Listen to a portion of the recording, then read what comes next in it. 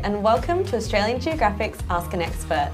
I am here with Dr. John Martin, who is an ecologist with a strong passion for the Australian white ibis, and that is what we'll be discussing today. Thank you so much for joining us, John. I'm always happy to talk about our beautiful friends, the white ibis. We love them. So, they're your beautiful friends. Why do you love them so much? How did you start studying them? I think we can all appreciate that they're the Aussie battler, and they are just trying to make their lives better. They're trying to make it easier for them, trying to find free food, free accommodation, free water, living the dream. Aren't we all? So, look, I think there's a lot of respect that we need to give them. They've changed their behaviour. They're completely unusual in that how they're using the city compared to their natural environment. Like, the cities are just nothing like where they would naturally be. So they've really had to change their behaviour a lot, which is quite surprising and quite interesting. And so how did you start observing them? How did you get into researching the ibis? So I was first introduced to the ibis in a scientific capacity on an excursion when I was studying, and we were learning about all sorts of environmental management, but one of the species was the human-wildlife conflict of ibis, and them being seen as a bit of a pest or a nuisance, and the land managers actually managing them lethally through destroying their nests and eggs under permit from National Parks and Wildlife.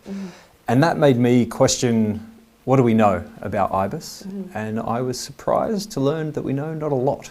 Okay. And I thought that was a bit of an issue, so I started studying ibis. Amazing. And tell us a bit about big city birds. So this is a citizen science project where we ask the community, everyone watching today, everyone out there, whoever hears about it, to report their sightings, not just of ibis, but of a range of different birds, in particular how they're adapting, what their behaviours are. And this is how this citizen science project, Big City Birds, is different from some of the others, where they're about reporting all the different bird species you see in a location. So eBird is one that I regularly use. It's a great app around the world. But this is about behaviour, and we have individually marked birds, and you can report those birds, so you might see them move long distances. So we had a bird move from Brisbane several hundred kilometres north to Rockhampton just the other day, an ibis. You know, the landfill in North Brisbane wasn't good enough. It decided to have a holiday, fly 400 kilometres. Go eat somewhere else. You know, we all like a different restaurant. Always. So that means that people watching at home, if they go to the park this weekend and there are some ibis sitting around doing some weird stuff, they can jot it down and let you know. Even if they're doing normal stuff. So it's a way to monitor the population, but it's also a tool to learn about where there's nesting, what the timing of nesting, the timing of chicks hatching, the different foods they're eating. So I'm regularly reporting things like ibis eating twisties or eating noodles. I get it. They're both really good cuisines. And interesting to know. Interesting to know. So we'll dive more into the wonderful world of ibis. First, we've got some questions from our social media. So our handle should be coming up on the screen now. If you're not already following us, make sure you do. And they're not coming up on the screen right now, but it's ausgeo, and if you have any questions while we're recording, feel free to send them through. So we'll jump right in, and we've got a question from Instagram from Sean Ward, who would like to know, are ibis native to Australia? Well, firstly, thank you everyone for the questions. Always happy to talk about ibis. And yes, so the common name is the Australian white ibis, or just the white ibis, but this species occurs outside of Australia as well. So in New Guinea, Papua New Guinea, so parts of Indonesia. Amazing. And so they probably don't call them the Australian white ibis there, I assume? No. So the white ibis is a fine name for over there, but also there'd be some indigenous names. Incredible. And so we would like to know from TikTok, the imperfect conservationist, I almost said conversationist, that's me right now. The imperfect conservationist would like to know, are there more than one species of ibis? There most definitely are. So in Australia we have 3 species. Incredible. The fancy pants, aka straw-necked ibis, is an endemic species that only occurs in Australia. The other species is the glossy ibis, which is quite a widely spread species around the world. But there's over 20 ibis species around the world. Amazing. And, they're a range of different colours and different hairstyles, hair in inverted commas, and they're some of them are really quite beautiful and stunning, much like our white ibis. Of course. Nudge, nudge, wink, wink to everyone out there. So the scarlet ibis, for example, is one that's quite eye-catching. Amazing. And where does it get the name? From its plumage. So it's essentially an orangey pink colour. Gorgeous. Definitely well rated, I assume. People would like that one. Yeah. Look, so one of the things that I often say about the white ibis, people have this conflict with them. They think there's sometimes, they scavenge food. People don't like that. But if they were half their size, and if they perhaps had some more colours, they might be seen as a more attractive bird. And so if you're familiar with, say, the swamp hen, purple swamp hen, or the dusky moorhen, these smaller birds, people don't tend to have the same issues with them. And I think part of it is they're prettier, as it were, but also they're just a bit smaller. So. Yeah, and that makes a difference, it seems. So with the Australian white ibis specifically, are they endangered? No. No? So they are a protected native species here in Australia. They are declining in natural environments, so that is concerning, but they haven't been listed as a as a threatened species in those areas. Yeah, is that because they're just thriving in the cities now? It's complicated. So the wetland environments that they use out in the Murray-Darling Basin, for example, there's a natural boom-bust cycle because they're a flood environment. And so the data suggests that the population really has moved out of or is low in those areas where it used to be a bit higher, and they're now more common in the urban environment. So they're not declining, they're not threatened, but in certain geographic areas they're less common than they used to be. Yeah, amazing. And so Drew Hopper from Instagram would like to know, when did they become white? Have they always been white? What's the go there? Interesting question. So this species is closely related to another species in Asia and another species in Africa, and all of them essentially look very similar and are white. It's evolution. We're talking a long time. I don't know when. We're talking maybe even a couple of 100,000 years that they've been the white ibis. But yeah, this is the colour they have evolved to have. Yeah. Is there any advantage for them for being white? Look, I couldn't say. Honestly, I don't think so, because there's also similar species that aren't white, and they're doing just as well. So the straw-necked ibis, for example, has black wings and a black back and white underneath. So, yeah, I can't say that. Just their look. Yeah. It's the way they've chosen. It's the way they like to be.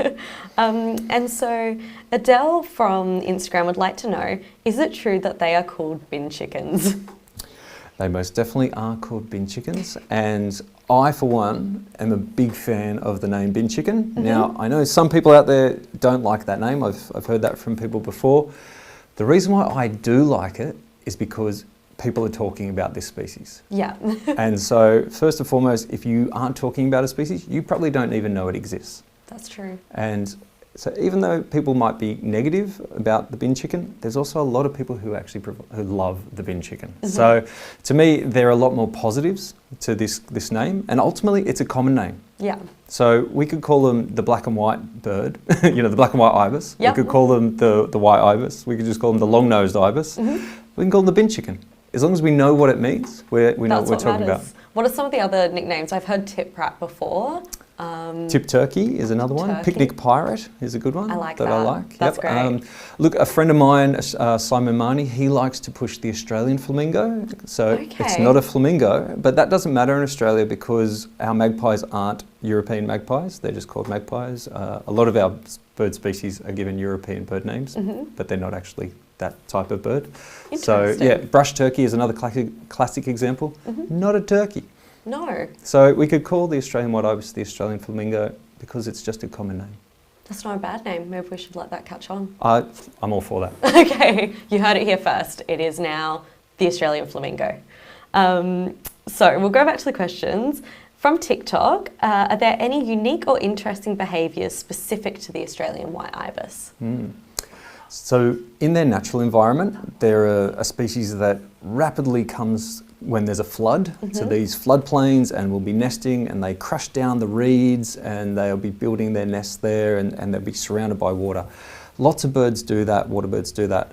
The things that are really interesting is how they've adapted to the urban environment. Right. And so what we see is a lot of, they switch their foraging behaviour depending on the food. So when it's pouring with rain, believe it or not, people don't go sit and eat their lunch in the park. Crazy. So the ibis naturally just eat all the worms that are more available in the rain. As soon as it stops raining, people are out ibis all over the free lunches that people are sharing. But those are really unique behaviours to be able to switch so easily, and particularly to exploit humans as a food resource. Yeah, they do steal our snacks. Why have they evolved to have such long beaks? So think about the combination. So everyone in your mind, picture an ibis. If you've never, well, look at our picture here. Long legs, long neck, long beak. You're walking through the water. There's vegetation. You're probing into the water. The bald head means you don't get all wet feathers. The long beak means you don't have to get your head into the water unless you really want to. The long legs allows you to keep your feathers out of the water. So yeah, they've adapted for their environment, and they are a wetland bird, and that shallow zone is where you'll see them actually foraging, probing, and they'll eat anything. So this is the thing. People need to think what they're naturally eating. The ibis is a predator. So think of it as a lion. It's hunting. It's after snakes, fish, frogs. So whatever it can How get. big of a snake can they eat? As big as it can swallow. So yeah. Amazing. But so their beak is essentially a tool and really sensitive tip, so they can actually feel movement in the mud. So they're foraging blind a lot in the water and in the soil, and they're actually using the receptors at the end of their bill tip to actually feel vibrations and reach down and pull out things like worms. So that's incredible. I had no idea. No, look, this is why they have this big long bill, is to help them reach. It's surprisingly worked really well for them to get into bins, hence the name, bin chicken. Amazing. Got to adapt, you know. And so Jennifer would like to know, what have they evolved from? Other ibis. Look, it's a great question, Jennifer. So I would just have to simply say to you, I don't know. The evolution is just, they've evolved from other wetland birds.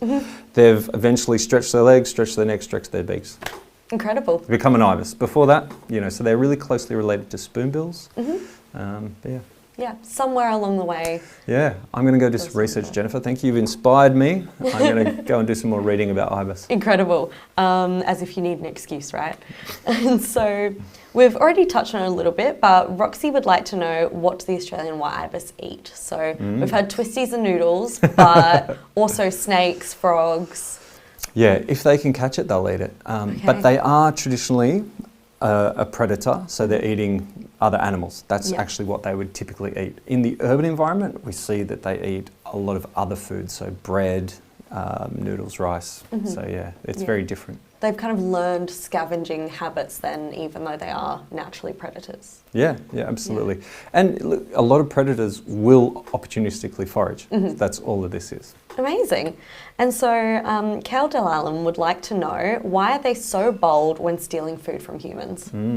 So it's a learnt behaviour, and ultimately that's because we aren't shooing them away. So typically we would have been hunting ibis, and of course they are bush tucker.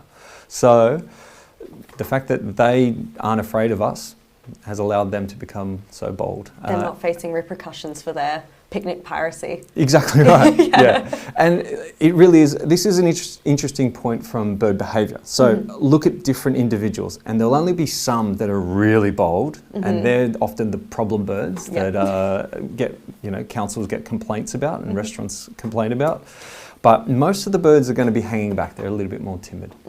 So it's the ones that have kind of learned that they can take advantage of us, that will take advantage of us. Exactly. Amazing. Pauline on Facebook would like to know, I hear that they have learned how to deal with cane toads. Is this true? This is true, yes. Amazing. Yeah. So it's not a really widespread behaviour. This was quite a localised study that showed that they were actually flipping toads over and avoiding the poison and eating the soft underbellies. So amazing. Very cool. That's very cool. So the ibis can help us with the cane toads. Absolutely. Another reason to love them. Another reason to love them. And Tori Hocking would like to know, how long do ibis live for? The oldest record I know from a banded bird is 26 years. Wow. Now, for people who aren't familiar, bird banding is a research tool where we catch birds, we fit a numbered band onto their leg, and allows us to recapture birds through time, whether we're physically catching them or we're resighting the band with binoculars, for example, and going, all right, there's Liz. She's there. That's great. She's hanging out. now 6 years old. She's now 10 years old. So, incredible. Yeah. So there are probably ibis out there that are older than me. Possibly. That's but again, amazing. Even more knowledge. They're likely, it's a bit like us living to be 100. So yeah, we don't have a great understanding, and I think that's a really important thing for people to appreciate. Even though this is a common bird, it's a big bird, it's really easy to see, we don't know everything about them, like how long they live. So That's amazing. part of the reason that is we have to have studies that go longer than they live for us to appreciate that. And those are difficult and they take a lot of time and therefore funding and commitment. So yeah. It's really important for that. Cora would like to know, do ibis mate for life? No. No? So most species don't mate for life. And we learn more and more about this when we do genetic studies. Some behavioural studies, so looking at birds that were individually colour banded and looking at their breeding throughout multiple breeding seasons showed that some birds were having up to 3 different clutches. So a nest with one partner, a nest with another partner, a nest with another partner in the same breeding season. Then the next year could be all different again. So no mating for life for ibis, they're polygamous. Okay, I mean, whatever works for them, right? Yep. Josh says, where do ibis nest? I literally only see them roaming around in parks.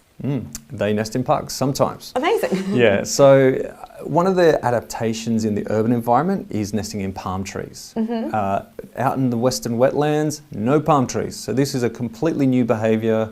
And typically they're in a phoenix palm, which is not a native Australian palm as well. So yeah, they can nest in in wetlands in urban environments as well and in trees, but often we see them on the islands in wetlands or in palm trees. And yeah, if you want to know some locations, get on Big City Birds. You can actually see where other people have reported sightings of nesting. Amazing. So if you want to go observe the birds, know where to find them. Yeah. What do their nests actually look like? So they build a stick nest, and you'll see ibis sometimes collecting sticks or reeds and flying through the air with them in their beak. And yep, they'll go and build a nest. Ibis are quite large, so the nests are, you could literally sit your head in it. Amazing. Yeah, they're quite Make a nice hat? Yeah. If you, no. Lots of poo on an ibis nest. Okay, not a nice hat? No. It smells bad. Yeah. But yes, and yeah, so ibis nests up in palm trees are a good space to look. When you see lots of ibis around, look for the nearest palm tree. That's amazing.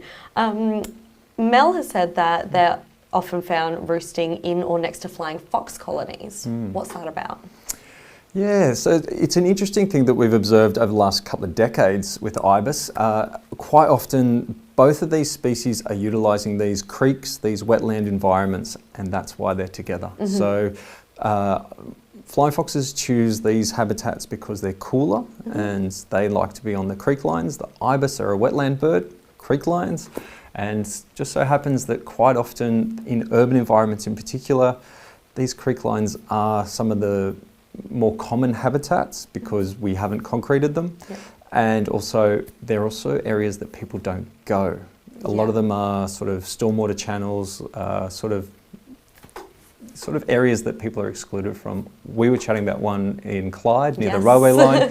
It's actually behind a locked fence. People can't physically get into that location. It means the ibis and the flying foxes can do whatever they want. Great little neighbourhood for them to hang out in. Yeah, there's black snakes there, so keep your eye out next time you're there. Amazing. I will try not to encounter a snake.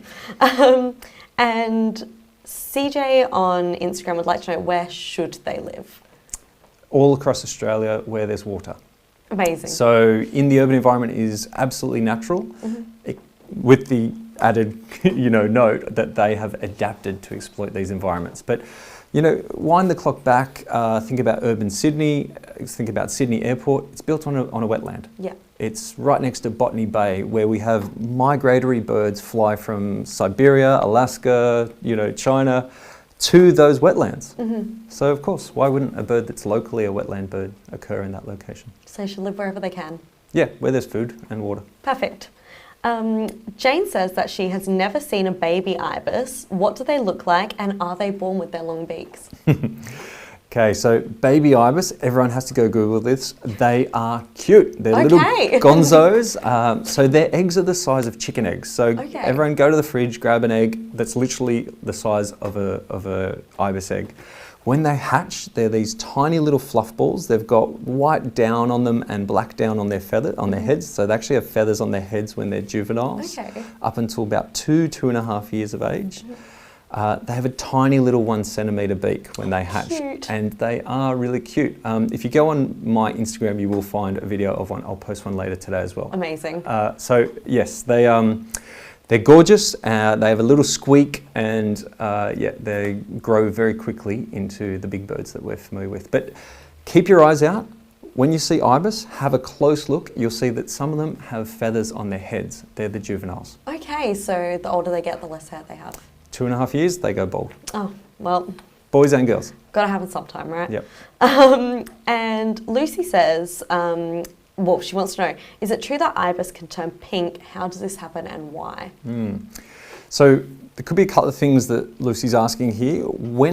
So the Australian white ibis, we see under their wings and at the back of their heads that they actually have bare patches of skin, and they go pink when they're breeding. And they're an indication of fitness, but they're also a signal to the other birds. The whole bird doesn't go pink, but there is a species called the scarlet ibis that I mentioned earlier, which is pretty much pink. Gorgeous. And yeah, he's gorgeous. So they don't occur in Australia, but if you've seen them online, maybe there's some cross wires there. But that may make sense. And so Ellie would like to know, why do they have those strange markings on the back of their heads? So yeah, as we just mentioned, it's an indication of their breeding behaviour. So they'll go blood red during the breeding season, and then they go pale during the non-breeding season. Wow. And so what do they look like? I don't think I've actually noticed that before. Is it like a pattern, or is it just a little spot? It's actually some stripes at the back of the head. And when you see an ibis lift its wings up, have a look under the wings, you'll see the bare patches of skin. Very cool. Kaz would like to know, why are they so smelly? Yes. I actually phoned a friend on this one because there are a number of explanations out there, but none of them get down to the answer. And both of us, we had a good chat about it, and we both went, we don't know. It's just that they are one of the smelly birds, and there are a range of birds out there that have bad smells. Often we think about seabirds, and it's because of what they're eating.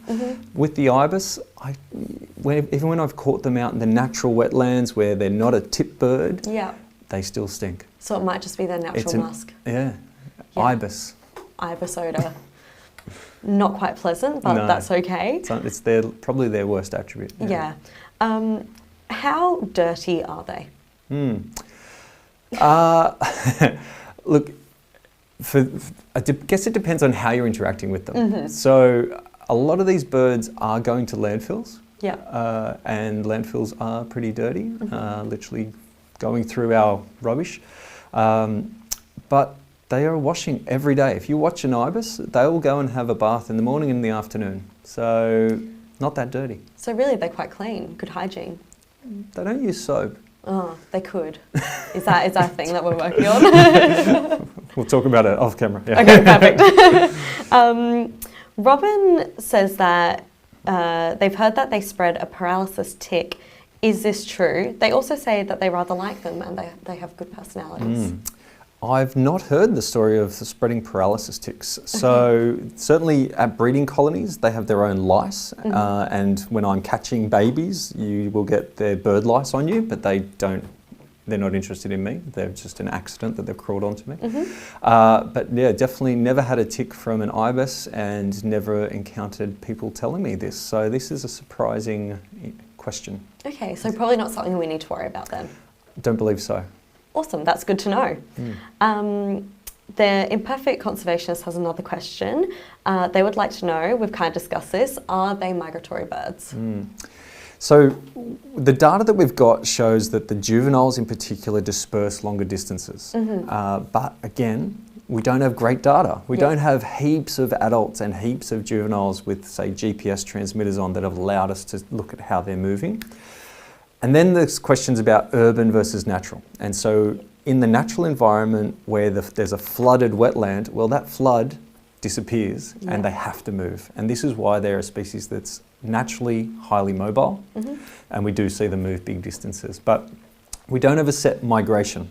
And if we think about the waders that are flying from China or Alaska, there's a seasonal migration for those birds. The ibis don't have that. Okay. Yep. And so Calcam says, how fast can ibis fly if they can fly at all?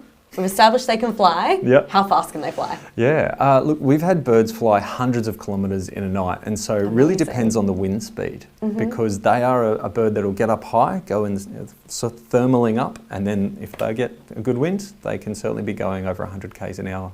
Wow, that's really fast. Yeah. That's a speedy bird. Yeah, absolutely. Amazing. And not that common though. You don't see Not that them common readily though? just, yeah, What so would their their normal flight day-to-day speed. speed be? So we regularly, what we've seen with some of the tracking work is a bird might fly even say 30 k's in an hour. So they'll fly from eastern Sydney to western Sydney to a foraging site. Takes them an hour. That's a pretty good. normal thing. Yeah, that's still a good. Yep, Good 30 speed. k's an hour. Yeah. Let's go with that. Great pace. And so Karma would like to know, what do they symbolise? Yeah, this one was an interesting question. Look, I naturally leap to the sacred ibis. So in Africa, ancient Egypt, and the god Thoth. But for Australians, no, they symbolise the bin chicken. Yeah. So all hail. All hail the bin The chicken. mighty bin chicken. Love it. We should get t-shirts with that on it, I reckon. They're online. You can get them. There we go. See me in one tomorrow. And our final question, Alpine Cowbell would like to know, how did these pretty birds become so misunderstood? Yeah, so this is that human-wildlife conflict. And look, when they're nesting in locations where where people don't like it, so for instance, might be in a school, might be in someone's front yard, and then you've got the smell, the noise. So you've got to remember, these are birds that are getting up with the sunrise. So if you're asleep and then there's all this noise at 3, 4, 5 in the morning, and then there's noise at sunset. There's a smell associated with the nesting.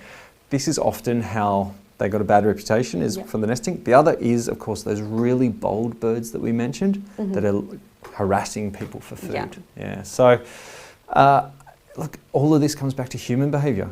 We have modified the environment. They've adapted. We've got excess food. They've adapted. So can't really blame them. No, it's not their fault. Yep. Amazing. Well, that is all of our questions. It has been fabulous chatting. Love picking your brain about all the ibis facts. Did you want to give a little plug for your Instagram so everyone can go see the baby ibis? So really want people to report their sightings on big city birds using the app or the website if you don't like to use apps. Anywhere across Australia, in the city, or not in the city, that's fine. Happy to learn about ibis all over the countryside. Tagged birds, banded birds, nesting, and we're interested in all sorts of different bird species, so that'd be great at Big City Birds. You can see us on Instagram or download us at the App Store. Amazing. And thank you so much for joining us. If you would like some more Australian Geographic goodness, the July-August magazine is still on sale with the gorgeous cuddly koala on the cover. You can't miss it. And until then, we will see you at the next episode. Thank you so much for joining us.